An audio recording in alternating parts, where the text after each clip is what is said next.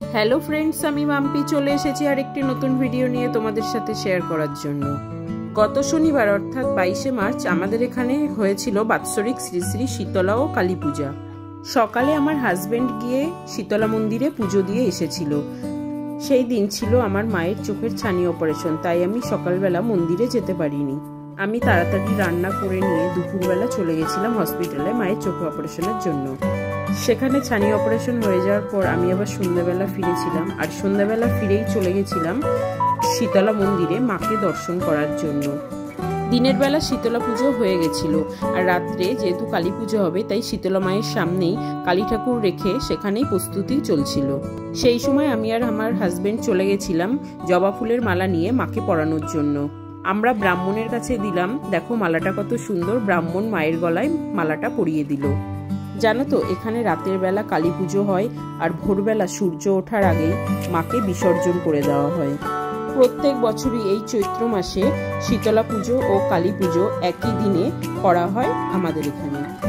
শীতলা পুজো করা হয় দিনের বেলা আর কালী পুজো করা হয় রাতের বেলা। আর তাছাড়াও সেদিন সন্ধ্যেবেলা মন্দিরের অপোজিট সাইডের মাঠটিতে সাংস্কৃতিক মঞ্চে অনুষ্ঠান করতে এসেছিলেন বিশ্বনাথ বসু। মাকে দর্শন করার পর প্রণাম করে তারপর একটু বিশ্বনাথ দাদার অনুষ্ঠান দেখে আমরা বাড়ি চলে গেছিলাম।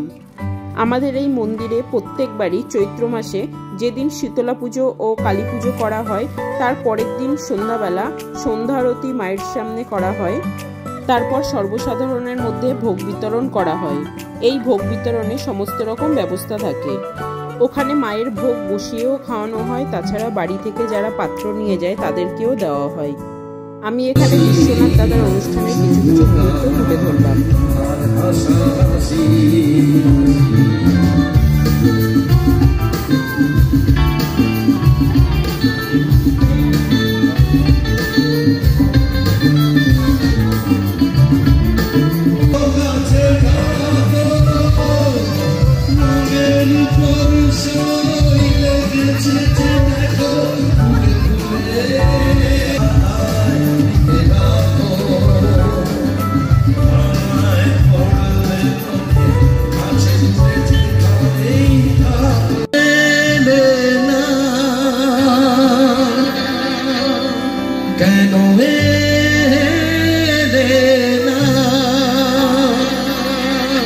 ভাঙা ভাঙা মুনামা কি পেল,